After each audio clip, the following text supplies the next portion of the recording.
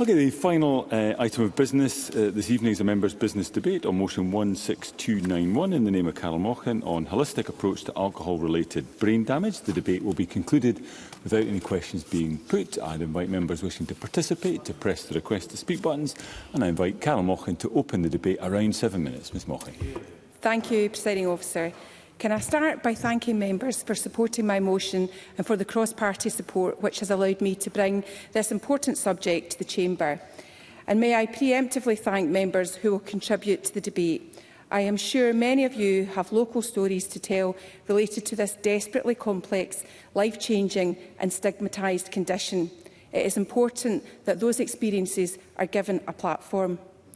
I want to welcome guests to the gallery, Grant Brand, a social work lead for ARBD in Glasgow, and in particular from Ayrshire, Dr Ben Chikuti and Leanne McPherson. Both are healthcare professionals who have been instrumental in sparking my interest in this area in helping me understand the real and significant need to raise the profile of this condition and understand the treatment requirements in this area. Alcohol-related brain disease, often shortened to ARB, is a subject which does not receive the attention it deserves. And although mentioned in this chamber occasionally, it is right that we have time tonight to debate this subject properly. Those listening or watching at home may not entirely understand what ARBD is, so let me briefly explain. ARBD is a condition where there are changes to the structure and function of the brain as a result of long-term heavy alcohol use. Alcohol especially damages the frontal lobes of the brain's control centre. Therefore, symptoms include struggling to plan, make decisions and assess risk. Additionally, people might have difficulty concentrating and finding motivation to do things, even daily tasks such as eating. People can also have difficulty controlling impulses and managing emotion, and it often results in changes in personality. It is likely that many people suffering from ARBD are not diagnosed. One symptom of ARBD is a lack of insight into the problems it causes, so many patients do not recognise that there is anything wrong and do not seek medical help. Additionally, and importantly, there is a lack of understanding by clinicians. The numerous forms and presentations the condition takes means that to make a diagnosis, clinicians need to be aware of the variation of ARBD. It can be difficult to distinguish between the long-term effects of alcohol on the brain and the short-term effects of intoxication or withdrawal. From my discussions with clinicians interested in this field, the lack of expertise in, for example, general practice, accident and emergency departments or general wards can result in opportunities for diagnosis and treatment being missed. Member take an intervention? Of course. Martin Whitfield. Very grateful to Carol Mochan taking intervention, and can I compliment her on achieving the members' debate this evening. I think one of the interesting factors about this condition is the complexity that it presents as, but would she agree with me that particularly it seems to be relevant to adults between about 40 and 55 years old, which means there is an identifiable group where training could be given to look out for this condition? Carol Mochan. I thank the member for the intervention, and absolutely in my discussions with clinicians this is a very important fact about ARBD, that we do have these younger people presenting and so diagnosis can be missed. It is thought that ARBD is present in 1.5% of the general population and almost 30% of alcohol-dependent individuals. The average age of those referred to specialist ARBD services is 55 years old, but there are shockingly some reports of individuals as young as 30 being diagnosed, and in fact slightly younger, into their 20s. I think, of course. Paul Sweeney. I thank my friend for giving way. She's making a very excellent speech on this, and does she share my admiration for the work that organisations like Penumbra do, who have a centre for ARBD in Postle Park in my area, and also note the significant incidence of social inequality, where substance use and misuse can often be a factor in self-medicating for bigger traumas, particularly poverty-related traumas. Carol Mochan, and give you the time back for the interventions. Thank you. I thank the member. Again, I thank the member for the intervention, and absolutely that is a point that I will come to. But these services that are running are important, and we should build on those, and also that element of social deprivation must be part of our discussions. I think we can all agree that these young ages, people should be at a point in their life that they should have positive years ahead. And even at 55, it should be a time to be excited about the next stage in life. But this condition can make the basics of life intolerable. And sadly, Dr Shikuti has explained to me that he believes the lack of service for these patients means many people live in poor quality of life or lose their life far sooner than they should. Now, the reasons people end up with this condition are complex, but essentially ARBD is caused by a person regularly drinking or binge drinking much more alcohol than the recommended limit, which over time can, if untreated, cause irreparable damage to the brain. The brain damage is often caused by a lack of thiamine, also known as vitamin B1, which the brain requires to work properly. Absorption of thiamine whilst drinking alcohol to excess is one cause, but we know that those with serious dependency often have chaotic lifestyles, and this can result in poor dietary intake, which exacerbates the lack of thiamine. It was the reporting on the use of thiamine in treatment which made me realise how important it was to raise awareness of this condition and argue for better services. This should be an achievable treatment, but people need knowledgeable clinicians and specialist services to support them. If excessive alcohol consumption is stopped and thiamine intake is increased, there is evidence that around 25% of people can make a full recovery and 50% of people can make a partial recovery. But the reality is, due to lack of services to raise the profile of ARBD and its treatment, these opportunities are being missed. And this is an important point. Often younger people, as my friend has said, experience poor life in very expensive care home beds. And this poor quality of life goes on because once someone is admitted, it's difficult to get the expertise to support them and get them home. Evidence shows we can change that, and it's important that we talk about that here in this Parliament. Presiding Officer, time is tight, I know, but we cannot have a debate on this subject without mentioning the root causes of alcohol misuse, the link to poverty and deprivation, and of course the role of government in policy development. Now, I acknowledge, the Minister will know this, the government's role in progressing MUP, but I do hope in her closing remarks the Minister might respond to future movement on the introduction on evidence-based population-wide measures around perhaps availability and marketing of alcohol products. The reality is, it is though with those measures we would see the population levels change in alcohol intake, resulting in a change to the drinking norms in Scottish society. But in my final few minutes, I promise, Presiding Officer, can I return to services for people currently suffering from ARBD? The reality is services are at risk of diminishing rather than expanding. I believe and I hope I have shown tonight we need to take this subject seriously. I hope the debate is merely the start of a conversation here in the Scottish Parliament. What current high-quality service provisions exist for those suffering, and how does the Government ensure funding for those services and other services to be opened up in Scotland? And we must talk about national treatment standards. How do we make sure that we have referral pathways for these conditions and the services to provide them? I'll stop there and thank you, Presiding Officer. Thank you very much, Ms Mochan. We now move to the open debate. I call for Rona Mackay to be followed by Sue Webber. Around 4 minutes. Ms Mackay. Thank you, Presiding Officer. I'm pleased to be speaking in this important debate, and I'd like to thank Carol Mochan for bringing it to the Chamber and for her really informative speech. Scotland has had a difficult relationship with alcohol over the years. The majority of us, thankfully, can enjoy it without it elevating into addiction. But it's important for everyone to understand that for those who do succumb to the illness of addiction, alcohol-related brain damage occurs to around 30% of those people. It happens as a result of long-term heavy drinking and accounts for 10 to 24% of all cases of dementia. Scottish Health Action on alcohol problems have produced critical evidence which we should all take heed of.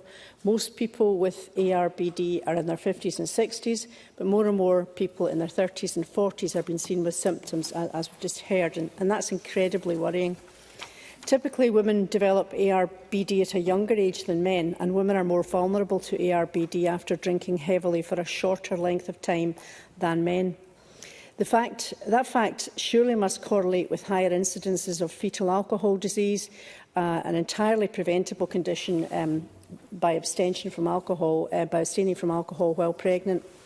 Presiding Officer, as convener of the cross-party group on women, families and justice, the effect of alcohol on women really concerns me. It's estimated that as many as 90% of women in custody in Scotland have addiction problems, whether alcohol or drugs. It's further estimated that 80% of women in prison have brain damage due to head injuries caused by domestic violence, and a similar number of women suffer mental illness to some degree. The case for holistic prevention and recovery for all affected by alcohol, particularly women, could not be starker. Presiding Officer, symptoms of ARBD are difficulties in making decisions with assessing risk, with concentration and motivation, impulse and emotional control problems and changes in personality. In effect, it damages the brain's control centre, making even daily tasks difficult or impossible. Ironically, many people suffering from ARBD are not diagnosed. One symptom of ARBD is a lack of insight into the problems it causes. So many patients don't recognise that there's anything wrong and don't seek medical help. There's also significant stigma surrounding the condition, which must be removed. And worryingly, there's also a lack of understanding by clinicians. The numerous forms and presentations the condition takes means that in order to make a diagnosis, clinicians need to be aware of the variations of ARBD, and it can be difficult to distinguish between the long-term effects of alcohol in the brain and the short-term effects of intoxication or withdrawal, so awareness of the differences are key. The good news among the gloom is that ARBD is not progressive like dementia. The brain can heal, people can recover, and the damage can be reversed. Doctors are able to prescribe medication that can help alleviate withdrawal symptoms. Figures show that if excessive alcohol consumption is stopped and vitamin B1 intake is increased, 25% of people can make a full recovery, 50% of people make a partial recovery, and sadly 25% do not recover and have to be cared for long term. So recovery services are key, and everyone should have access to specialist care. SHAP advocates for the expansion of alcohol brief interventions and continued support for the managed alcohol programmes pilot in Glasgow. So in conclusion, Presiding Officer, I believe it's time to rethink how we deal with the public health issue of addiction. We need to remove stigma and reframe recovery in a holistic and compassionate way. It is, I believe, the only way forward. Thank you. Thank you. I now call Sue Webber to be followed by Faisal Chowdhury. Around 4 minutes, Ms Webber. Thank you, Presiding Officer. I'd like to thank Carol Mochan for bringing this debate to Parliament today. Alcohol-related brain damage is a serious issue and one that is perhaps not as widely recognised as it should be. And Carol Mochan, Presiding Officer, also clearly outlined the symptoms and how it directly impacts those with ARBD, the role of diet, vitamin D and thiamine. In 2023, 1,277 people tragically lost their lives to alcohol, a 15-year high that is quite shocking. And that's 1,277 people who have lived with years of poor health and have left behind families and friends. The effects are felt by so many. We've now 40% fewer people accessing alcohol services than a decade ago. And when people do access those services, they are much older and, as a result, have increasingly complex problems. And again, Carol Mochan spoke of the lack of expertise within the clinical fields that are specialising in this. But here in Edinburgh, we do have a specialist ARBD service, and we should be fortunate for that. I've raised issues surrounding ARBD in the Chamber several times before, and I've also written to the Minister Jenny Minto for Public Health and Women's Health regarding issues specifically with the NHS Lothian ARBD unit that's here in Edinburgh. In September, I questioned the Scottish Government about the response to Dr Smith's evaluation of the ARBD residential rehabilitation service in Edinburgh, and the Minister replied to say that the SNP Government were reviewing this evaluation. Paul Sweeney earlier on mentioned in an intervention that there's a Penumbra service through in the West, but the ARBD unit in Edinburgh is run by Penumbra at Milestone House, and this saves lives. Yet it is facing with the withdrawal of funding. And given that this service reduces NHS Lothian hospital bed days by nearly 2,000 a year, it is clear that this would be a very negative impact if the service was to close. And I know that decisions on funding and service provision are made at a local level by NHS Lothian, but the Scottish Government had said they were working with members of their expert residential rehabilitation development working group to assess whether the ARBD unit meets the correct definition of what counts as residential rehabilitation, and stated that they would provide an update in due course. In October, I raised the issue in the Chamber once again after the decision to close the ARBD unit in Edinburgh was paused while options were being assessed. And yet there is still no other ARBD-specific residential rehab unit in Scotland. And evidence shows that the treatment for people with ARBD in non-specialist units is often unsatisfactory. I'm still waiting on an update from the Scottish Government on whether this vital, life-saving unit in Edinburgh will remain open, and it's disappointing that this issue has been dragging on for so long without any further updates. And given the pressures that our services have, in particular in terms of beds, blocked and delayed discharges within our acute hospital settings, I hope the Scottish Government will provide the clarity and the support that's needed to keep the ARBD unit open in Edinburgh. Thank you. Thank you. I now call Faisal Chowdhury to be followed by Eleanor Whittam, around 4 minutes. Mr Chowdhury. Thank you, Deputy Presiding Officer. I join members in congratulating my friend Carol Mohan in bringing this issue to the Chamber. Members are well aware of the horrific consequences of addiction and the national shame of drug and alcohol deaths. Alcohol-related brain damage, or ARBD, is caused by long-term heavy drinking, which can damage the frontal lobe and cause symptoms similar to dementia, like struggling to make decisions, poor impulse control, or personality change. Often, those with ARBD do not know they have the condition or are dismissed as problem drinkers. Like so many others issues, it is people living in the most deprived areas that are most at risk, some of which fall in my constituency.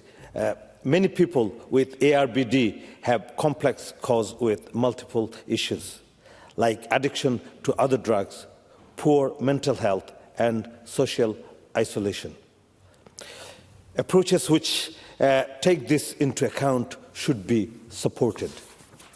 Last year, I met with North Edinburgh Drug and Alcohol Centre, who told me about their holistic approach, which focuses on long-term positive outcomes for people with complex needs, including ARBD, with flexible care, harm reduction practice, and building relationship. They were able to improve outcomes for people with long-term alcohol and drug addictions and save people money in the long term. One client who required over £26,000 to service in the 3 months prior to her referral, like police call-outs or A&E visits, only needed £3,000 in the months after, with support from NEDAC. The NHS Lothian service, Penumbra Milestone, which specifically treats ARBD, also uses a multidisciplinary approach with 6 different elements to recovery, including social health and addiction. Has seen great success in recovery and cognition, and a significant saving to the NHS with 2,000 fewer hospital bed days. But despite clear positive outcome from these services, Penumbra Milestone is in the dark about their future funding. And North Edinburgh Drug and Alcohol Centres has lost funding in recent years. These services are proven preventative care. Underfunding them not only worsen outcomes for people with ARBD or addiction, but cost the NHS more in the long term. To conclude, Presiding Officer, the consequences of addiction for those suffering and their families are terrible. But what is key to remember in discussion alcohol-related brain damage is that some recovery is possible. We know the approach organisations like Penumbra, Milestone and North Edinburgh Drug and Alcohol Centre take can deliver results in the long term and save people money doing so. But for that to happen, they need to have the funding and support to do so. Thank you. Thank you. I now call Eleanor Whittam to be followed by Alexander Stewart. Around 4 minutes. Ms Whittam. Thank you, Deputy Presiding Officer, and can I thank Carol Mockin for bringing this important debate, and also to Scottish Health Action on alcohol problems and all of those people on the front line for their tireless work in this area. We know that Scotland has long struggled with alcohol-related harms to the great detriment of our collective well-being. The harmful impact on individuals, families and our society is something that we can't ignore. And one of the most insidious, yet rarely acknowledged or understood consequences of prolonged problematic alcohol use is the damage that it can do to the brain. And some of the most harrowing cases I encountered working in homelessness were of those people who were affected by this condition. Most of them were in their 40s and 50s, but the youngest person was 20, and he lives with me 20 years down the line from what I witnessed trying to support him. Alcohol-related brain damage is a hidden condition. It's one that services and folk alike are just not sufficiently aware of. It takes many forms, as we've heard, ranging from cognitive impairment to memory loss, difficulties with decision-making and emotional regulation. It affects not just the individual, but also their loved ones, and it can be a significant barrier to accessing and maintaining recovery. But it's also a barrier to accessing many, many other services that people depend on. Despite this, too many people go undiagnosed and untreated, and they're left to struggle on their own. Urgent action is needed. We must develop national treatment standards and a strategy that ensures ARBD is identified early, treated comprehensively, and that support is available to those who need it most. This isn't just about healthcare, it's also about creating a society where no one's left behind, where individuals suffering from ARBD receive the care and support that allows them to rebuild their lives. Firstly, we need to raise awareness across the healthcare sector. Many healthcare professionals, including GPs, emergency workers, and even those working directly with alcohol and drug partnerships, are not equipped with the tools to identify alcohol-related brain damage at an early stage. Training for frontline staff must be a priority so that they can recognise the signs of ARBD, refer individuals for appropriate diagnosis, and ensure that they are provided with the right support. And as we have heard, there can be a partial recovery of symptoms and a reversal of symptoms. Everybody should be offered that opportunity to realise that recovery if it's possible. Secondly, we must ensure that diagnosis is not a drawn-out process. Delays in diagnosis can lead to worsening symptoms and ultimately irreversible damage.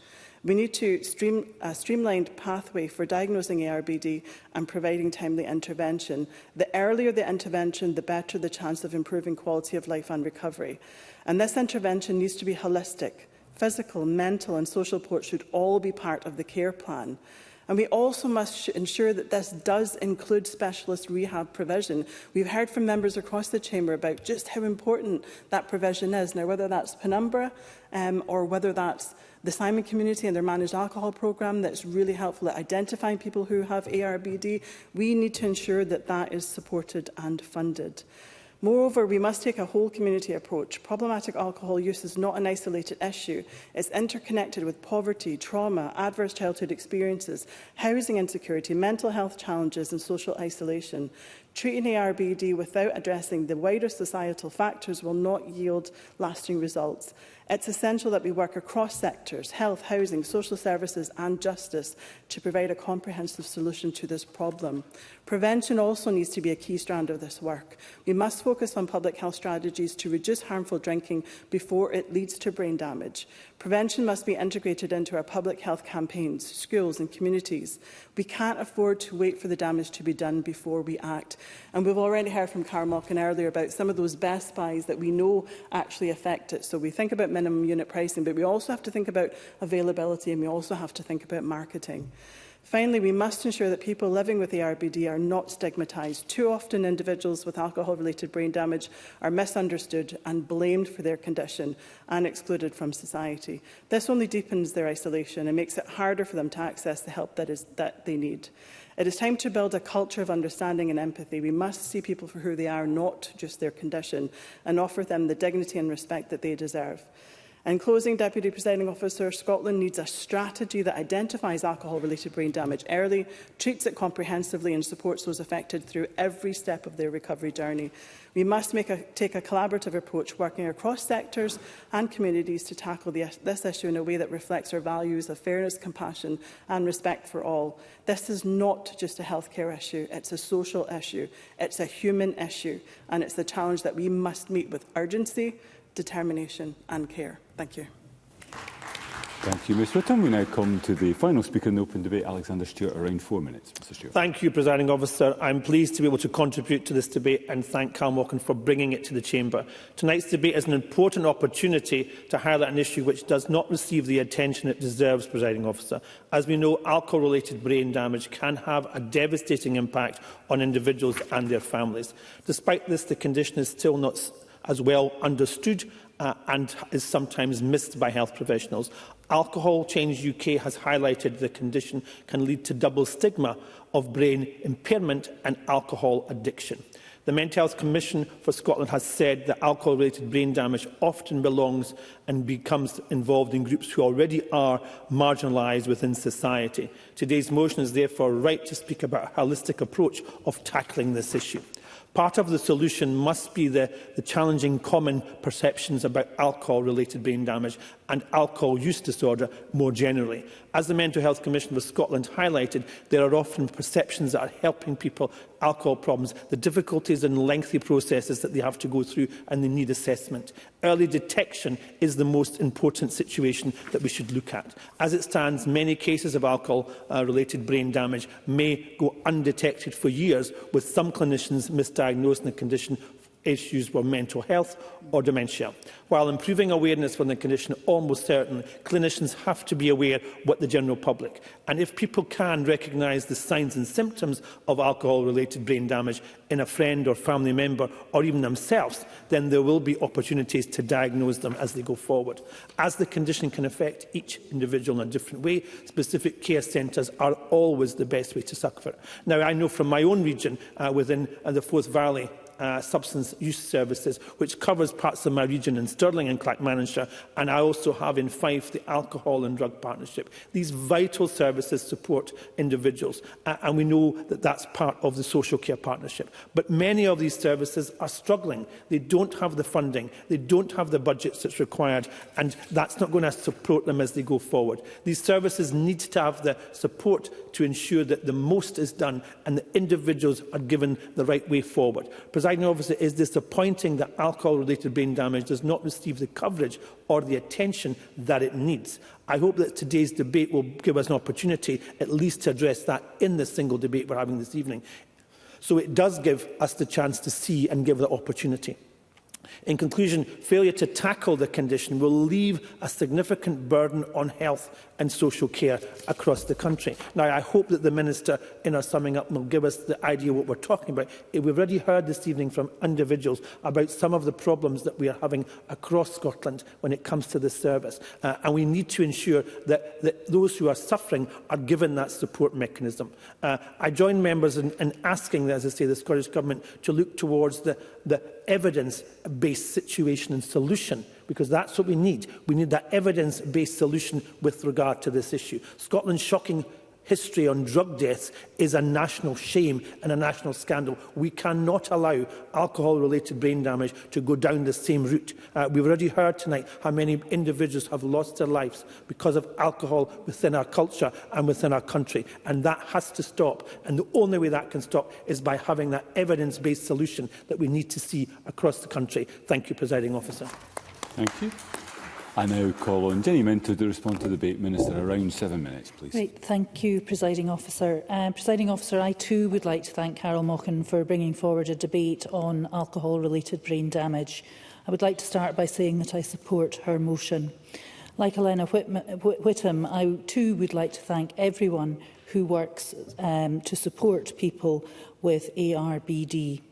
There is still a lot to do to improve lives and reduce harms caused by alcohol. RBD can be under-recognised as a significant cause of physical, psychological and social impacts. And I hope that the contributions from members today will help raise awareness of the condition and the need for closer working between services. The support required for people affected by ARBD is shared across healthcare, social care, mental health, primary care and alcohol treatment, including rehabilitation. The person affected must be at the centre of the support pathway across services. And I saw this in action when I recently attended the official opening of the Scottish Government-funded expansion to the Maxie Richards Foundation residential rehab in Tyne Bruich. Services such as this play a crucial role, as other members have spoken about in other areas, in supporting individuals to reduce harms before they reach the levels of ARBD. Our investment of up to £38 million to add residential rehab capacity is a marker of the actions this government is taking to reduce alcohol harms as part of our national mission.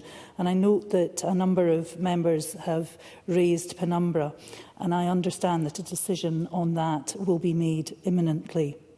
The Mental Welfare Commission published a guide on ARBD for professionals in 2019, estimating that the condition can impact on around 1.5% of Scotland's population and 30% of dependent drinkers. We also know that it disproportionately affects people in our less well-off communities. And the guide notes that holistic support will help improve prevention, detection and management. And I'm pleased that this will be supplemented soon by the UK's first alcohol treatment guidance for clinicians, which will be published by the UK Government. It will cover ARBD-related clinical requirements in diagnosing and treating the condition, which Carol Mochan raised as an issue. This has been supported by a UK-wide expert group, which included Scottish representatives, and a Scottish response was provided to the public consultation, which we anticipate receiving in spring 2025. ARBD is preventable. This Parliament has supported the decision to continue minimum unit pricing and increase the minimum price from 50 to 65 pence per unit. Public Health Scotland's evaluation of MUP estimated that it has saved hundreds of lives and reduced alcohol-specific hospital admissions. The increase in the minimum price is expected to lead to further positive impacts. However, this is not a silver bullet.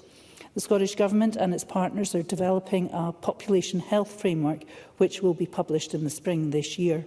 This framework will build on our preventative public health policy of recent years, with actions that seek to tackle the root causes of ill health in Scotland. It is clear that alcohol harms fall unequally, and targeting the causes of ill health and of health inequalities is vital to reduce alcohol harm. And as Ms Mochan will be aware, the Cabinet Secretary announced commissioning Public Health Scotland to carry out a review of the evidence for the range of options that are available to the Scottish Government in relation to alcohol marketing under devolved powers. I also recognise, as Elena Whittam said, the importance of cross-portfolio working and recognise that this goes further than public health. I recently, actually last week, met with Ms Todd and Ms Dawn Innes, where we discussed early childhood development. And one area that we covered in our discussions was our commitment to increase awareness of fetal alcohol spectrum disorder, and as that was raised by Rona Mackay, so supporting improved diagnosis as part of helping to deliver on our key priority to eliminate child poverty. The work on FASD includes clear messaging from the Chief Medical Officer on alcohol during pregnancy, included in Ready Steady Baby and on NHS Inform. Education training on FASD, as well as support to families and individuals, are more available now through our work with the Adoption UK FASD Hub, supporting people, including children, young people and their families, and Edinburgh University delivering of training to raise awareness amongst professionals, and also supporting Aberlour, who encourage mothers to regain their lives and create the best possible future for themselves and their young children. Recommendations have also been made by Public Health Scotland on revitalising alcohol brief interventions. These have helped deliver prevention messaging, raised awareness and helped with referrals to specialist support. And to ensure people with co-occurring mental health and substance use conditions have access to high-quality, person-centred care via joined-up services, in 2023 we published Mental Health Core Standards, and these promote equality and human rights and help individuals, families and carers understand what to expect from services. They also aim to eliminate stigma, I know something that's been raised by a number of in the contributions today, and discrimination in treatment for those with dual diagnosis. The need for services to integrate was one of the drivers of creating integration authorities. The National Care Service Bill will help drive further consistency across services. Work on the bill has helped prepare strategies for better integration by helping areas to be more holistic, as both Faisal Chowdhury and Alexander Stewart noted. For instance, a new support and improvement framework, improved health and social care standards, as well as a Charter of Rights, will help deliver the better integration necessary to improve support for conditions, including ARBD. Some of these strategies are already being delivered in alcohol policy through our national mission. A Charter of Rights on substance use was developed by our National Collaborative of People with Lived and Living Experience and published in December 2024. And we've also committed to publish a service specification for substance use treatments and support services, which will set out what is required locally to deliver on the rights set out in the Charter. And we've also committed to follow this with service standards that will help improve support for conditions such as ARBD.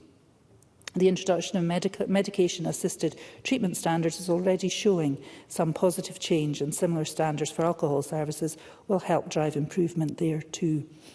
We've worked with partners to deliver successful public health campaigns on substance use, stigma and on naloxone to reduce the risk of death from drug overdose, and we'll consider the merits of doing so with ARBD, and I'd be happy to meet with Carol Mochan to discuss this further. To conclude, Presiding Officer, we are taking the actions I've referred to in recognition of the need to raise awareness and further integrate services to prevent, detect and manage conditions such as ARBD. But we need to go further. So working with partners on the implementation of the Mental Health Core Standards, the established protocol on treatment for dual diagnosis, the Population Health Framework, supporting better integration through the NCS work and delivering on our substance use national mission, I believe we will be able to drive a more holistic approach to support people living with or impacted by ARBD. Thank you. Thank you, Minister. That concludes the debate and I close this meeting of Parliament.